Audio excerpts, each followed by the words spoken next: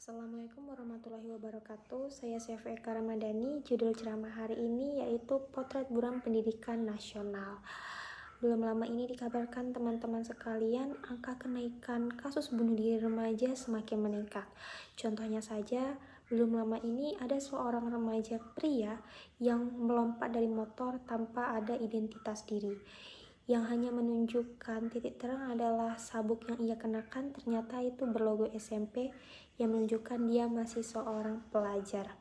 Nah, belum lama ini tahun 2012 sampai tahun 2013 tercatat angka kasus kematian di Indonesia yaitu 2011 kasus dan sebanyak 985 atau sekitar 46% itu dilakukan oleh remaja.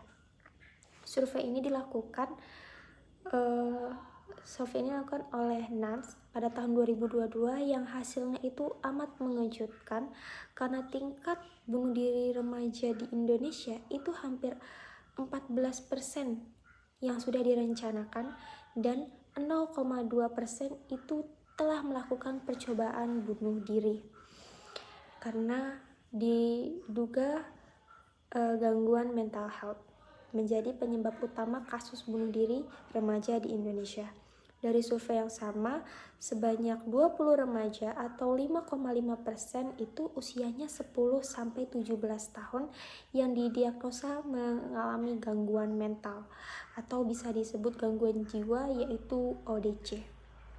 Dan sepertiganya itu 34,9 itu mengalami gangguan mental masalah kejiwaan yaitu yang disebut dengan ODMK. Founder Rumah Guru BK dan Swadaya Kemendikbud. Yang lebih ironisnya lagi, di negeri ini profesi guru yang tidak mendapatkan dudukan yang mulia, faktanya saat ini banyak pelajar yang emosi tak terkendala menjadi penyebab masalah kesehatan mental remaja, yaitu seperti pergeseran sosial, tingkat tekanan akademik, dan juga pengaruh media sosial. Dan itu semua bisa menjadi penyebab mereka berani melawan guru, bahkan mencelakai guru. Banyak pula kasus guru yang diskriminasi saat memberikan teguran sanksi bagi peserta yang melanggar disiplin. Fenomena buramnya pendidikan ini ditandai dengan banyaknya jumlah bunuh diri remaja dan kriminalisasi pada guru. Semua menunjukkan bahwa kebanyakan dari mereka tidak mendisiplinkan guru, tidak menghormati dan menghargai dengan adanya sosok guru ini.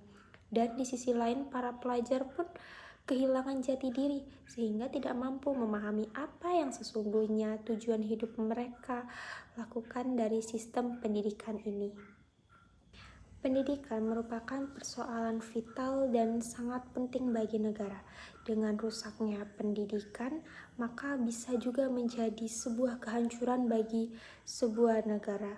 Karena ketika diberlakukan adalah sistem pendidikan sekuler yang saat ini tuh di Indonesia menihilkan ajaran agama Islam. Padahal kita semua tahu teman-teman, di Indonesia itu termasuk salah satu negara terbesar dengan penduduk Islam terbanyak di dunia. Negara ini terancam bahaya jika pendidikannya didasarkan pada sekularisme yang hanya memandang kemajuan dengan ukuran dinamis yang sudah semestinya negara ini memayoritaskan Muslim sebagai pendidikan Islam yang mengutamakan pembentukan kepribadian Islami peserta didik serta menunjukkan peradaban maju yang mulia. Pada hakikatnya, tujuan pendidikan Islam adalah mencerdaskan akal dan membentuk jiwa Islami. Sosok pribadi Muslim sejati yang berbekal pengetahuan alam bisa dilihat dari kehidupan Rasulullah SAW yang mendidik kaum Muslim di Mekah dan Madinah. Beliau mengajarkan tentang pendidikan Islam dan juga akidah kepada masyarakat Mekah dan Madinah pada saat itu dengan tujuan pribadi Muslim yang seutuhnya itu mencerminkan dalam pola pikir Islami dan pola pikir mereka. Nah, dalam sistem pendidikan Islam, pembentukan pola pikir peserta didik itu berkaitan dengan pemahaman terhadap hukum-hukum syariah, baik dengan dari perbuatan bisa menjadi wajib, sunnah, mubah, makruh, dan juga haram, maupun benda-benda seperti makanan dan minuman. Adapun pembentukan pola sikap ke peserta didik berkaitan dengan perbuatan yang seksual. Dengan syariat Islam, semua aspek kehidupan peserta didik bisa mengidentifikasi kecerdasan peserta didik, yakni kesadaran akan keterikatan Allah atau pendidikan akidah. Adapun sikap-sikap Islami yang berkaitan dengan adab dan akhlak terpuji. Keterikatan seorang pelajar dengan Allah Subhanahu wa Ta'ala akan menumbuhkan keimanan dan ketakwaan. Misalnya, ia menyadari bahwa bunuh diri itu adalah perbuatan yang haram dan wajib ditinggalkan karena Allah Subhanahu wa Ta'ala sudah menegaskan larangan bunuh diri di dalam surat Al-Quran. Contohnya seperti di dalam surat An-Nisa yang artinya di surat An-Nisa ayat 29 yang artinya, janganlah kalian melakukan tindakan bunuh diri, sesungguhnya Allah itu maha penyayang kepada kalian. Surat An-Nisa ayat 29.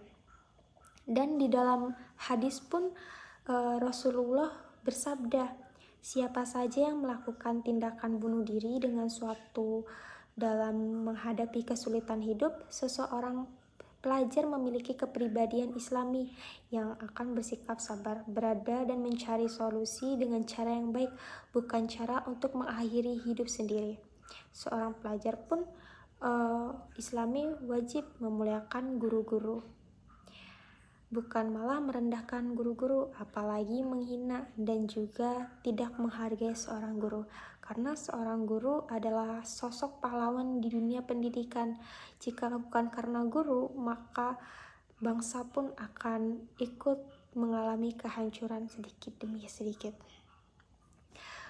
Para guru Imam Al-Arif bahkan pernah berkata, aku berpendapat bahwa yang paling layak haknya ditunaikan setiap muslim ialah hak seorang guru. Hadis Azami Timtim Al-Mutakim. Peserta didik yang dilahirkan dari sistem pendidikan Islam akan memiliki pola pikir Islami dan pola pikir sikap. Karena itu, akidah Islam harus menjadi asas yang mendasar bagi kehidupan seorang manusia, apalagi seorang muslim. Asas bagi negaranya, asas bagi masyarakat, dan asas bagi umat. Akidah Islam pun tentu saja harus menjadi asas sistem pendidikan di tengah-tengah masyarakat. Sistem pendidikan yang beralaskan akidah Islam itu tidak mungkin bisa diterapkan oleh negara sekuler. Ia hanya mungkin diterapkan oleh negara yang juga berdasarkan akidah Islam, yaitu khilafah Islam. Hanya khilafah yang menjadi akidah Islam dan sebagai asas negaranya. Sebagai asas sistem pendidikannya dengan asas akidah Islam itu disusun. Maka itu ada yang namanya kurikulum pendidikan di sekolah dasar, menengah, dan juga perguruan tinggi. Dengan itu pula lahirnya output pendidikan terbaik, yakni lahirnya generasi emas yang berakhlak mulia yang selama ini dicita-citakan. Jadi kesimpulannya teman-teman, kita sebagai pelajar itu harus menjaga mental health kita. Kita harus menghormati guru-guru kita. Kita harus menghargai guru-guru kita, karena dengan ilmu yang beliau berikan kepada kita, saat kita menghargai beliau, maka ilmu yang beliau berikan itu bisa masuk ke kita, tidak hanya bisa sekedar lewat saja. Maka dari itu teman-teman semua, saya memberikan sebuah nasihat untuk kita semua. Mari kita tetap berjasa pada guru kita. Kita berterima kasih karena jika bukan karena beliau, mungkin kita tidak memiliki pola pikir yang cerdas tentang pendidikan yang penting bagi negara. Maka dari itu, hormati guru Anda, hormati pendidik Anda, orang tua pun harus dihormati. Karena keluarga pun menjadi salah satu keberhasilan mental health atau kesehatan mental health bagi seorang remaja, bukan hanya guru saja. Jadi kalau misal di rumah dia keluarganya berantakan, itu bisa berpengaruh pada mentalnya, pada kesehatan mentalnya. Walaupun di sekolah sudah terdidik dengan baik, tapi di rumah juga hancur, itu bisa menjadi salah satu alasan kenapa banyaknya mental health remaja yang saat ini sedang buruk, dan tingkat bunuh diri remaja pun semakin lama semakin tinggi. Maka itu dari teman-teman, kita tetap menjaga mental health kita, selalu beribadah terhadap Allah Subhanahu wa Ta'ala, tunaikan kewajibannya, dan tinggalkan semua kemaksiatan dan haramnya seperti bunuh diri. Dan saat kita kehilangan arah, maka kita bisa berserah diri kepada Allah. Jangan anggap semua yang ada, semua permasalahan yang ada itu tidak bisa selesaikan.